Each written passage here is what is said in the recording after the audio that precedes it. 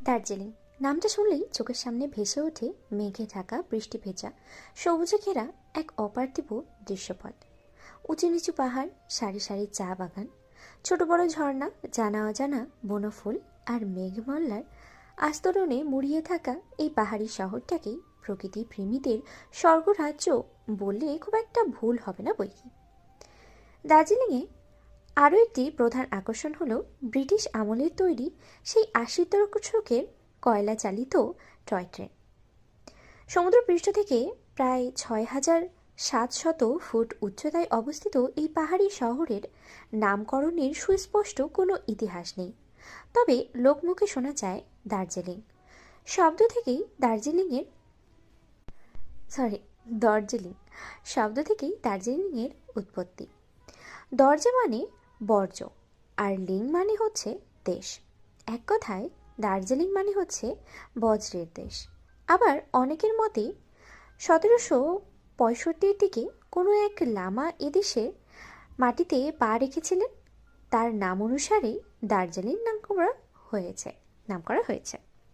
শুধুমাত্র যে দার্জিলিং তেমনটা নয়, চোখের খোরাক, মনের বাসনা মেটাতেও পরবর্তী নর্থ সিকিম, সিটং সবগুলোই যেন প্রকৃতির বক্ষস্থল।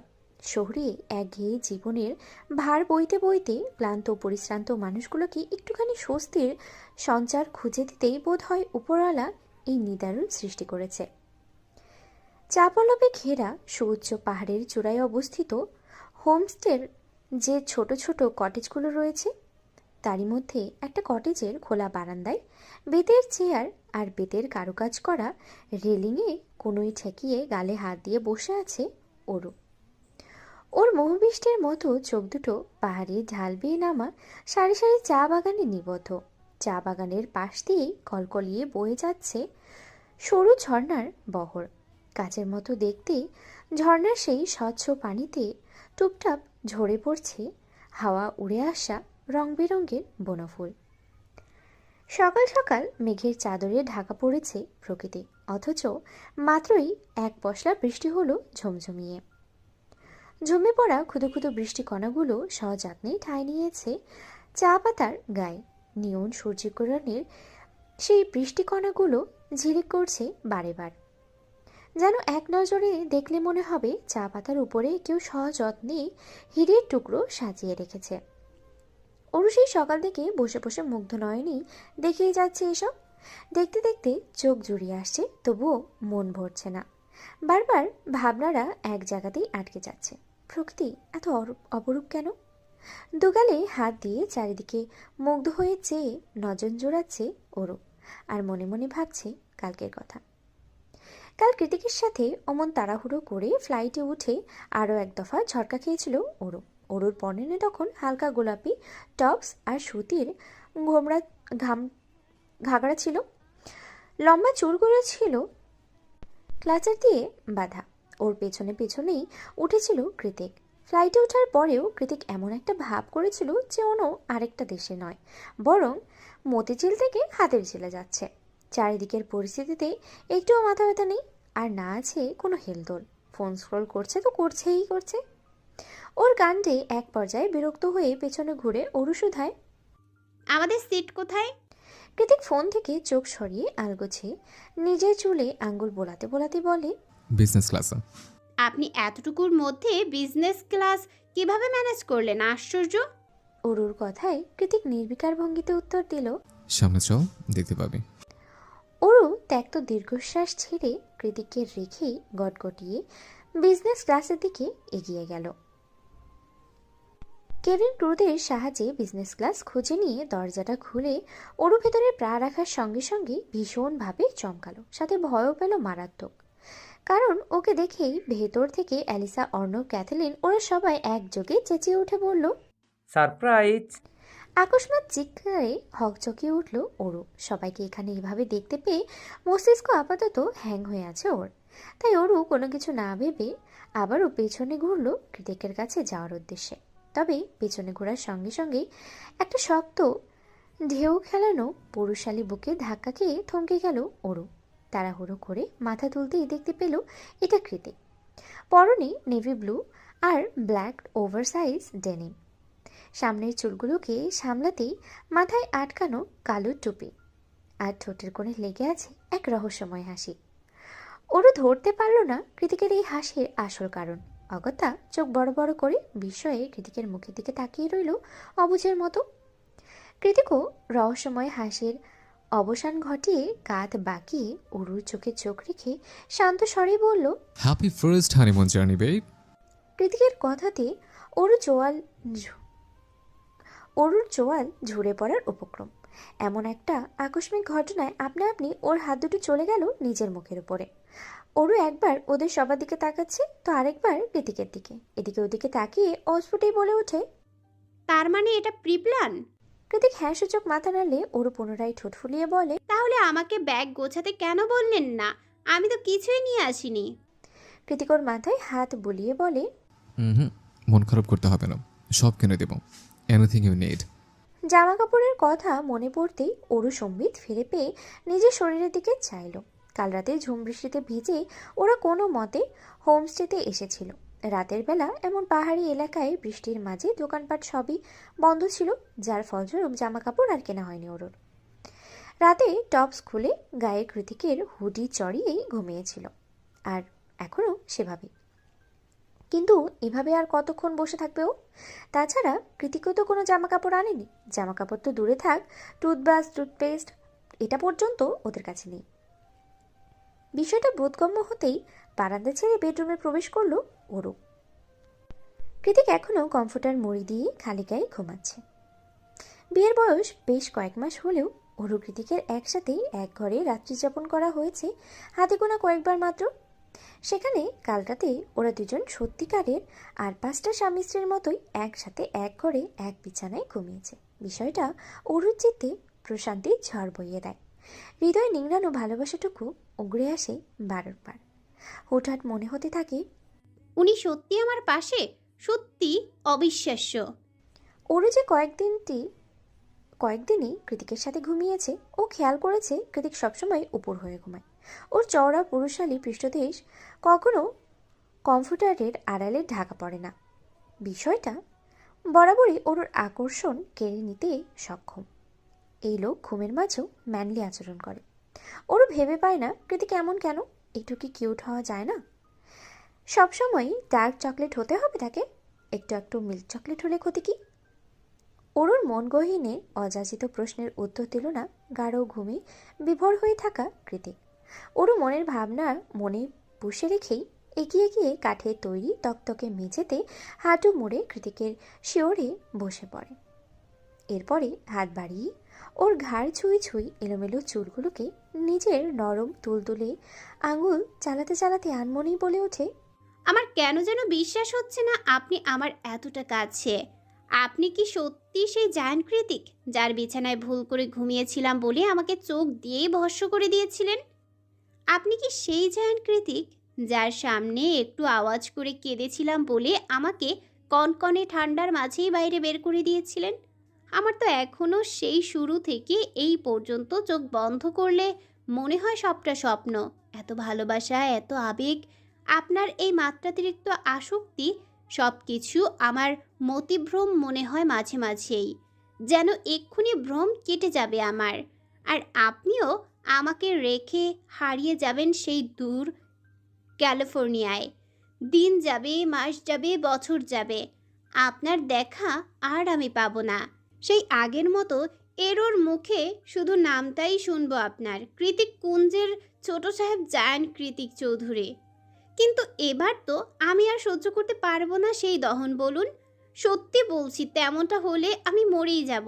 কারণ কৃতিক কুঞ্জের ছোট সাহেব তো কেবল কৃতিক কুঞ্জেরই মালিক নয়, আমার মন প্রাণ আত্মা সব কিছুর দখলদারিও যে একমাত্র তার।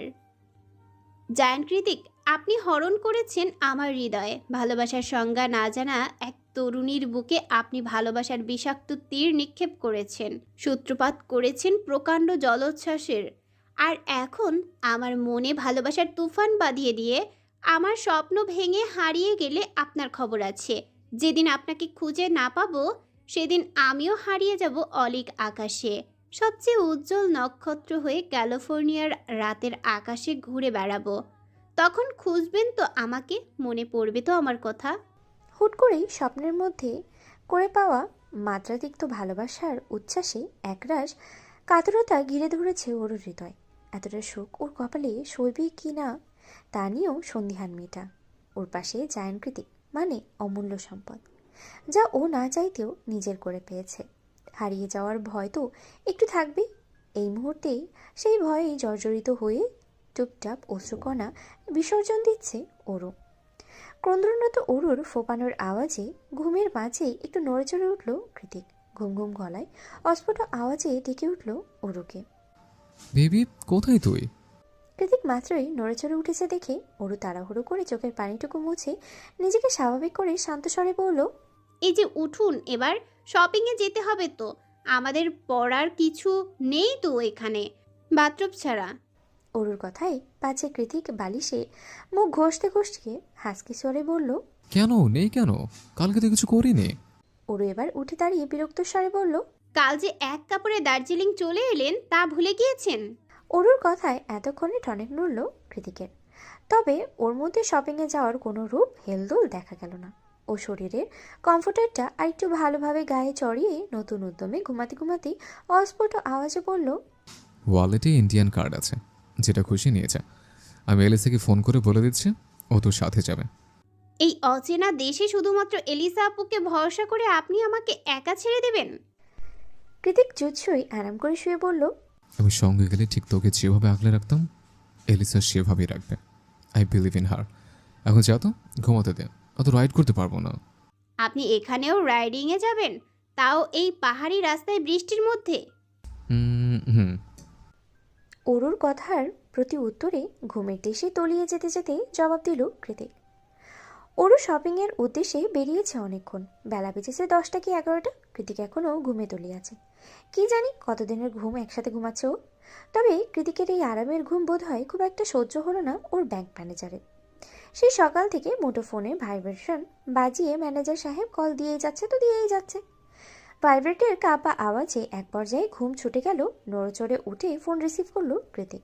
ওপাশ থেকে হ্যালো বলার সঙ্গে সঙ্গে ম্যানেজার সাহেব সালাম জানিয়ে উদ্বিগ্ন কণ্ঠে বলে ওঠে, স্যার, আপনি বোধহয় ঘুমিয়ে। বিরক্ত করার জন্য দুঃখিত sir, but sir it's urgent. হ্যাঁ, বলুন। কৃতিকের অনুমতি পাওয়ার সঙ্গে সঙ্গে লোকটা বলল, স্যার, সকাল সকাল আপনার ব্যাংক অ্যাকাউন্ট থেকে কয়েক লক্ষ টাকা উইথড্র করা হয়েছে। কৃতিক মুখ থেকে একটু বিরক্তিকর আওয়াজ বের করে বলল। So what? ম্যানেজার সাহেব ভেবেছিল কৃতিক হয়তো অবাক হবে কিংবা প্রচার ইনফেকশন কিংবা প্রপার ইনফেকশন যাতে চাইবে, কিন্তু তেমন কিছু না হওয়াতে তিনি ভরকে গিয়ে বললেন, না মানে স্যার, হুট করে সকাল সকাল এতগুলো টাকা? ম্যানেজারের কথা শেষ হওয়ার আগে কৃতিক মাঝপথে বলে ওঠে। Don't worry, it's just my wife. Manager সাহেব তৎক্ষণাৎ নিজের বোকামিতে খামি খেয়ে দুর্বল গলায় বলল, oh okay sir, then it is my mistake. Was my mistake. I am really sorry. তারপরে ওপাশ থেকে ভেসে এলো কল কেটে যাওয়ার পিট আওয়াজ। ম্যানেজার সাহেব কল কেটে দিলে হাতের ফোনটা বিছানার একপাশে ছুঁড়ে ফেলে দিয়ে কৃতিক আবারও চোখ বুজে মৃদু হেসে অস্ফুটেই বলল, বউটা বড় হচ্ছে, স্বামীটাকে কিভাবে ওড়াতে হয় তার যথাযথ ট্রেনিং নিচ্ছে। Good job Elisa. কৃতিকের কটেজের পাশেই যে কটেজটা অবস্থিত তার বেলকুনিতেই আপাতত বসে আছে নীলিমা। কোনো রকম চেয়ারে কিংবা স্টুলে নয়, মেঝেতে বসে আছে মেয়েটা। পরনে এখনও সেই দুদিন আগের বাসি বেনারসি। ডাগর ডাগর চোখ দুটো ক্লান্তিতে টোক করে কোটরে ঢুকে গিয়েছে। মুখশ্রীটাও মলিন হয়ে গিয়েছে। সেই মলিন মুখশ্রীতে নিপ্রভ চোখে বাহিরে তাকিয়ে আছে নীলিমা। বক্ষপিঞ্জর থেকে ক্রমাগত উগড়ে আসছে চাপা দীর্ঘশ্বাস। নীলিমা যখন ওর জীবনের সাথে ঘটে যাওয়া চঞ্চল্যকর ঘটনাগুলো ভেবে ভারী দীর্ঘশ্বাস ছাড়ছিল, ঠিক সেই সময় রুমে প্রবেশ করে সায়র। সায়রের চোখে মুখেও ভীষণ গম্ভীরতা। সবসময়ের চঞ্চল হাসি খুশি ঠান্ডা মস্তিষ্কের সায়র সত্যটা হুট করেই কাল থেকেই কেমন উধাও। সায়রের হাতে কিছু শপিং ব্যাগ ছিল, ও সেগুলো নীলিমার সামনে ধরে গম্ভীর গলায় বলল, চেঞ্জ করে নাও। নীলিমা ঝগড়া করার অবস্থায় নেই। তাছাড়া সায়রের চোখ মুখ দেখেও মনে হচ্ছে যে ও ঝগড়া করতে ইচ্ছুক। তার উপরে দুদিন ধরে এক কাপড়ে থাকার দরুন শরীরটাও কেন কুটকুট করছে যেন। তাই উপায়ন্তর না পেয়ে প্যাকেটগুলো হাতে নিল নীলিমা। আসলে গতকাল অরূপ বেশি কিছু জামা কাপড় দিয়েছিল নীলিমাকে, কিন্তু অরুর তুলনায় নীলিমা একটু গোলুমোলু আর লম্বা হওয়ায় সেগুলো নীলিমার হয়নি। কারণ অরূপ বেশিরভাগই লং স্কার্ট আর টপস পরে, আর না তখন জামা কাপড় নিয়ে ওর কোনো রকম খেয়াল ছিল। অগত্য এক কাপড়ই এ দেশে চলে আসতে হয়েছে। নীলিমা কাপড় নিয়ে ওয়াশরুমে ঢুকে গেলে সায়র গিয়ে বারান্দায় দাঁড়ালো। বারান্দার রেলিংয়ে দু হাত ভরে দাঁড়িয়ে চারিদিকে চোখ বোলাতেই বুক চিরে এক ফালি তপ্ত দীর্ঘশ্বাস বেরিয়ে এলো সায়রের। এটা মূলত সায়রের হোমস্টে, শুধু একটা নয়, দার্জিলিং সিটং মিলিয়ে বেশ কয়েকটা হোমস্টে রয়েছে সায়রের। সবগুলোই সায়রের বাঙালি ম্যানেজারের দায়িত্ব নিয়ে দেখাশোনা করেন। সায়রের পৈতৃক নিবাস দার্জিলিংয়ে, তবে পূর্বপুরুষ আর বন্ধুমহল বাংলাদেশি হওয়ায় বাংলাটা ওর ভালোই আয়ত্তে। সায়রের বাবা মা নেই, বাড়িতেই কাকা জ্যাঠা দুঃসম্পর্কের আত্মীয় স্বজন যারা রয়েছে তাদের সাথেও সায়রের একেবারের যোগাযোগ নেই বললেই চলে। এক কথায় বলা যায় পুরো পৃথিবীতে একটা নীলিমা আর একটা শক্ত ভিতের মতো বন্ধুমহল ছাড়া সায়রের আপন বলে তেমন কেউই নেই। তাই তো নিজের শহরে ফিরেই নতুন বউ আর বন্ধুদের নিয়ে নিজের সবচেয়ে পছন্দের হোমস্টেতেই উঠেছে সায়র। এখন শুধু অপেক্ষার পালা। সায়রের নববিবাহিতা রাগিনী সব কিছুর জন্য সায়রকে আদৌ ক্ষমা করে মেনে নেবে, নাকি মা বাবার মতো সেও তার নিজস্ব পথ বেছে নিয়ে সায়রকে একা করে দিয়ে চলে যাবে? সায়রের ভাবনায় ছেদ ঘটে কাঠের দরজা খোলার খুটখাট আওয়াজে। সম্বিত ফিরে এলে সায়র পিছনে তাকিয়ে দেখতে পায় নীলিমা দাঁড়িয়ে আছে, পরনে ওর কিনে দেওয়া ফ্লোরাল প্রিন্টের সুতির চুড়িদার। সায়রের পছন্দ বরাবরই অতুলনীয়, যার ফলস্বরূপ বন্ধুমহলের অগাধ বিশ্বাস একবার সায়রের চোখ যেটাতে আটকে যায় সেটা সুন্দর হবেই হবে। সেক্ষেত্রে বলা যায় সায়রের চোখ নীলিমাতে আটকে গিয়েছিল, তাই নীলিমাও যথেষ্ট সুন্দরী রমণী। আর এই মুহূর্তে সায়রের কিনে দেওয়া জামা পরে ওকে আরও বেশি আকর্ষণীয় আর লাবণ্যময়ী লাগছে সায়রের দু চোখে। বারবার মনে হচ্ছে বাইরের অপরূপ প্রকৃতির মাঝে নীলিমাকে বসিয়ে দিলে প্রকৃতির অপার সৌন্দর্যও বোধ হয় ফিকে হয়ে যাবে এই শ্যামলতা তরুণীর কাছে। কি সুন্দর মেয়েটা! ফ্লোরার চুড়িদার চাপা গায়ে রংটাও কেমন যেন জলজল করছে। আজকে বোধ হয় নতুন করে আবারও সায়র মুগ্ধ হলো তার রাগিনী রূপে। তবে মুখে টু শব্দও করলো না, নীলিমার দিকে এগিয়ে গেলও না, বরং চুপচাপ দাঁড়িয়ে রইল যথাস্থানে। সায়র কোনো কথা বলছে না দেখে নীলিমাই ধীর পায়ে এগিয়ে এলো। সায়ের দিকে এগিয়ে যেতে যেতে মনে মনে নীলিমা ভাবলো, কি হলো লোকটার?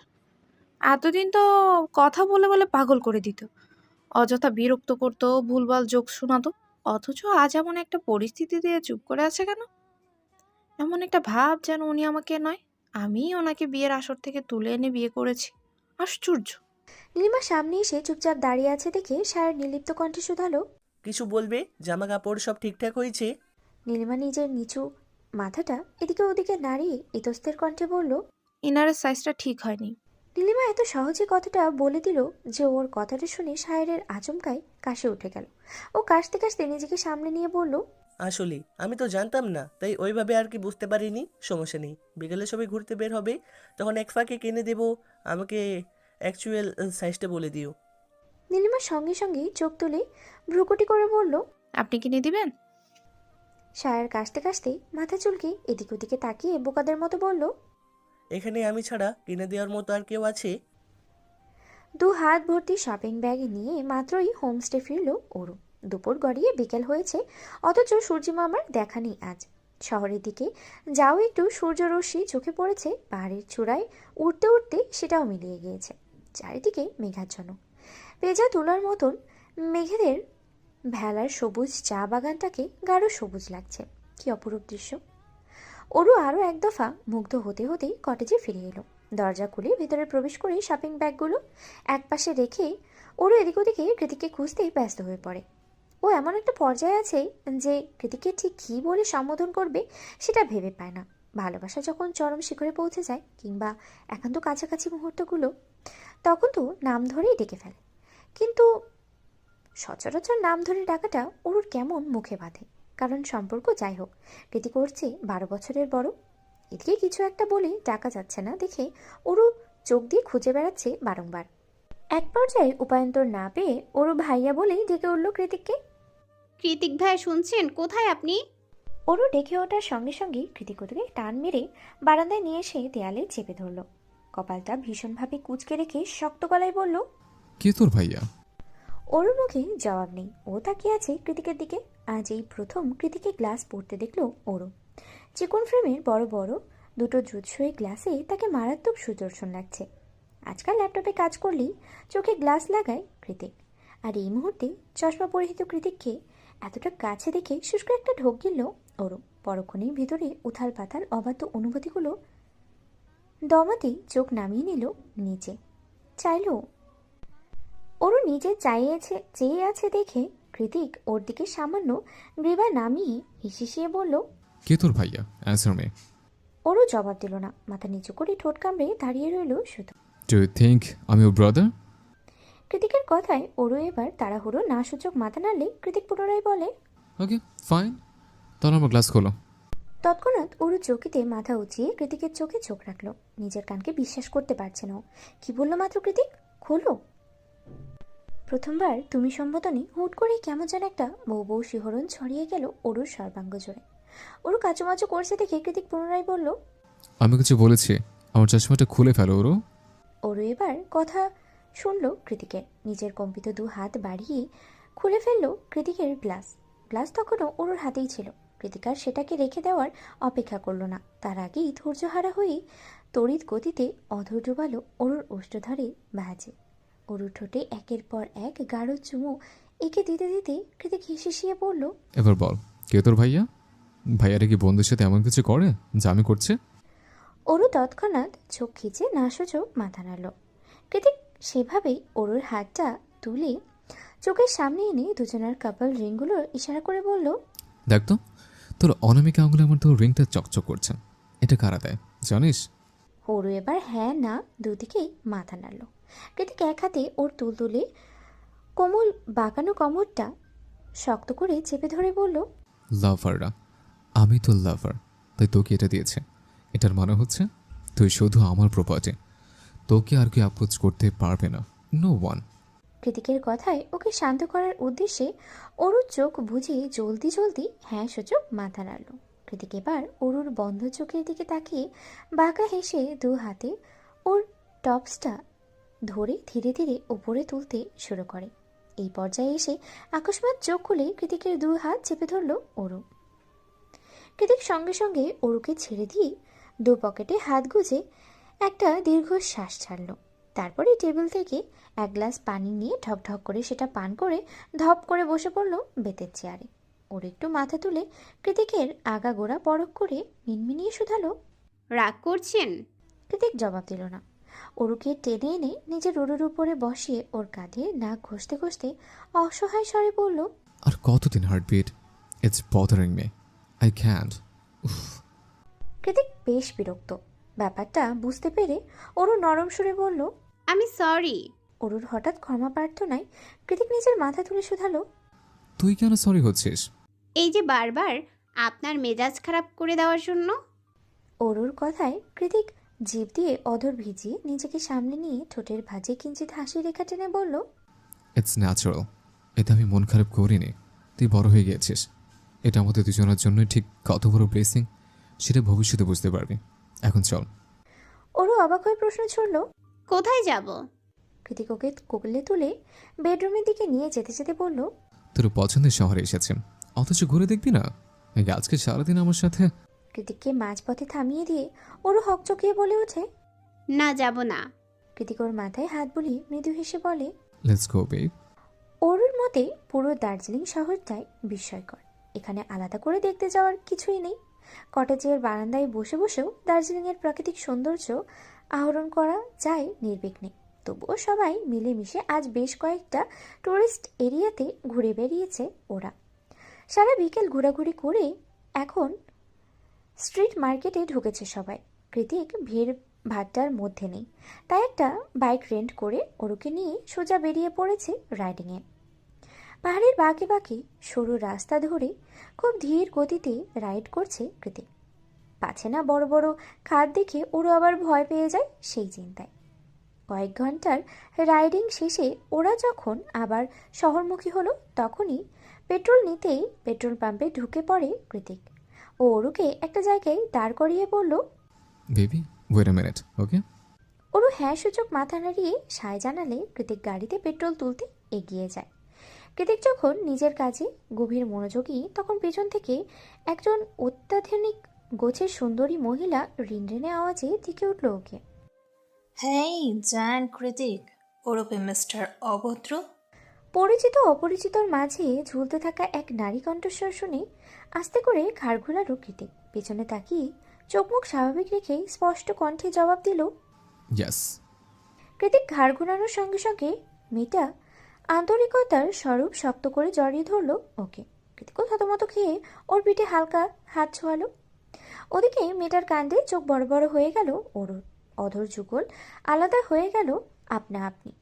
দু হাত মুষ্টিবদ্ধ রেখে নিজেকে কোনো মতে সামলে ওর মনে মনে বলল, ওনাকে দিয়ে দিন আপু, উনি আমার, শুধু আমার। মেয়েটা কৃতিককে অভিবাদন সুলভ হাঁক করে একগাল হেসে বলল, চিনতে পেরেছ? I am. কৃতিক একটু চিন্তা করে বলল, শ্রাবণী, রাইট? বাংলাদেশে আমাদের সাথে নর্থ সাউথে পড়তেন। আর তোমার বোন তো সান ফ্রান্সিসকোতে পড়াশোনা করে, শাওনি আর সামথিং। শ্রাবণী হেসে বলল, হ্যাঁ, ও দেশে এসেছে বলেই দার্জিলিংয়ে বেড়াতে আসা। বাই দ্য ওয়ে, তোমার খবর কি? সেই যে নর্থ সাউথ থেকে গ্র্যাজুয়েশনের আগেই বেরিয়ে গেলে, তারপর তো আর কোনো খোঁজ খবরই পেলাম না। কৃতিক হাতের কাজ সারতে সারতে বলল, এই চলছে। বিয়ে করেছো? শ্রাবণীর কথায় কৃতিক হ্যাঁ সূচক মাথা নাড়িয়ে পাশ ঘুরে আঙ্গুল দিয়ে ইশারা করে বলে, ইয়েস, মিট মাই ওয়াইফ। আব কথা মাঝপথেই আটকে গেল কৃতিকের, কারণ ওরও এখানে নেই। এখানে তো দূরে থাকার পুরো পেট্রোল পাম্পের আশেপাশেও নেই। চারিদিকে চোখ বুলিয়ে কৃতিক শ্রাবণীকে তৎক্ষণাৎ বিদায় জানিয়ে বলল, আমি আসছি। শ্রাবণীর উপর নিচ মাথা নাড়ল। কৃতিক দ্রুত চলে যায় সেখান থেকে। কৃতিক চলে যেতেই শ্রাবণী কাঁদো কাঁদো গলায় বিড় বেড়ালো, আমার ক্রাশেরও বিয়ে হয়ে গেল। গাড়ি থেকে নেমে পেছন দিক দিয়ে সায়নী বলে উঠল, ওইটা আমারও ক্রাশ দি ভাই। তার চেয়েও বড় কথা, জেকে স্যারের ওয়াইফ আমার ভালো ফ্রেন্ড। শ্রাবণী দীর্ঘশ্বাস ছেড়ে বলল, আমরা মেয়েরা সব সময় রেড ফ্ল্যাগের প্রেমেই পড়ি কেন বলো তো? সায়নী ঠোঁট উল্টে শান্ত স্বরে বলল, নোজ। রাস্তার এদিকে ওদিকে খুঁজতে খুঁজতে অবশেষে অরুর দেখা পেল কৃতিক। ও দেখল দুই হাঁটুতে মুখ গুজে ফুটপাতে বসে আছে অরু। এভাবে অরুকে বসে থাকতে দেখে কৃতিক এগিয়ে এসে বলল, কি হয়েছে? এখানে বসে আছিস কেন? তুই যে এত দূর চলে এলি, একবার আমাকে বলে এসেছিস এমন একটা অচেনা জায়গা আমাকে না চেনে এত দূর চলে আসা? কৃতিকের আওয়াজ পাওয়ার সঙ্গে সঙ্গে অরু উঠে দাঁড়ালো। অতঃপর ওর কথার কোনোরূপ জবাব না দিয়েই এক প্রকার অগ্রাহ্য করে হাঁটা ধরল অন্যদিকে। অরুর এমন কাণ্ডে পেছন থেকে কৃতিক ডেকে চোয়াল শক্ত করে দৃঢ় গলায় বলল, অরু, কোথায় যাচ্ছিস? অরু যেতে যেতে জবাব দিল, আপনি থাকুন আপনার বান্ধবীকে নিয়ে, আমি চললাম। অরুর কথায় একটা চাপা দীর্ঘশ্বাস বেরিয়ে এলো কৃতিকের বুক চিরে। অতঃপর অনেকটা জেদি গলায় অরুকে উদ্দেশ্য করে কৃতিক বলে উঠল, যেখানে খুশি যা, তার আগে বল তোকে ছাড়া কীভাবে বাঁচবো সেটা শিখিয়ে দিয়ে যা। এবার হাঁটার গতি পুরোপুরি থেমে গেল অরুর। আর এক পাও সামনে বাড়ানোর শক্তি নেই ওর। ও ওখানেই আটকা পড়েছে। কৃতিকের প্রণয়শক্তির অদৃশ্য শিকলে বাধা পড়েছে ওর পা দুটো। অরু দাঁড়িয়ে পড়েছে দেখে কৃতিক একটু একটু করে এগিয়ে গিয়ে পিছন থেকে শক্ত করে গলা জড়িয়ে ধরল অরুর। এরপর ওর কানের কাছে ঠোঁট নিয়ে হাসকি স্বরে বলল, আমার ছেড়ে কোথায় যাবি তুই? আমি যেমন অতিরিক্ত ভালোবাসা দিই তেমনি কষ্টটাও অতিরিক্ত দিই। মাইন্ডেড। আজকে প্রথমবার তাই ওয়ার্নিং দিলাম, দ্বিতীয়বার আমাকে ছেড়ে যাওয়ার কথা উচ্চারণ করার স্পর্ধা দেখানোর আগেই তুই শেষ। রিপিট, মেরে ফেলবো একদম। দুদিন ধরে ভারী বর্ষণ। দার্জিলিংয়ের সবুজ স্নিগ্ধ আবহাওয়ার ভারী বর্ষণের ফ্যাকাশে রূপ ধারণ করেছে। আকাশ জুড়ে দাবিয়ে বেড়াচ্ছে বুনো মহিষের পাত। কখনো দিন আর কখন বা রাত তা ঠাউর করার দায় হয়ে পড়েছে। 2 দিন বৃষ্টিতে হোমস্টের কটেজ থেকে বেরোতে না পারলেও পাহাড়ের চূড়ায় মেঘেদের ভেলার সাথে খুনসুটি জমিয়ে বৃষ্টিমুখর দিনগুলোকে খুব একটা খারাপ কাটেনি ওরদের। ওরা কখনো একসাথে বসে মনোপলি খেলায় পেতেছে, আবার কখনো গিটারের টুংটাং আওয়াজের সাথে তাল মিলিয়ে নিঃসংকোচে গান ধরেছে একই সুরে। মুষলধারার বর্ষণ কিছুটা কমে এলে ছেলেরা তাড়াহুড়ো করে গাড়ি নিয়ে বেরিয়ে শহরের দিক থেকে খাবার কিনে এনেছে, আর মেয়েরা খুব যত্ন করে সেগুলো রান্না করে সবাইকে পরিবেশন করেছে। এক এক দেশের এক একজন মিলেমিশেই যেন আস্ত একটা পরিবার ওরা। নিজেদের বউকে কিছুটা ফুসরত দিতে কখনো বা পার্সেলও নিয়ে এসেছে ছেলেরা। একসাথে মিলেমিশে গল্প, আড্ডা, খুনছুটি, দুষ্টুমি, অতপর দিন শেষে যে যার মতো জোড়ায় জোড়ায় ফিরেছে নিজেদের জন্য বরাদ্দকৃত কটেজে।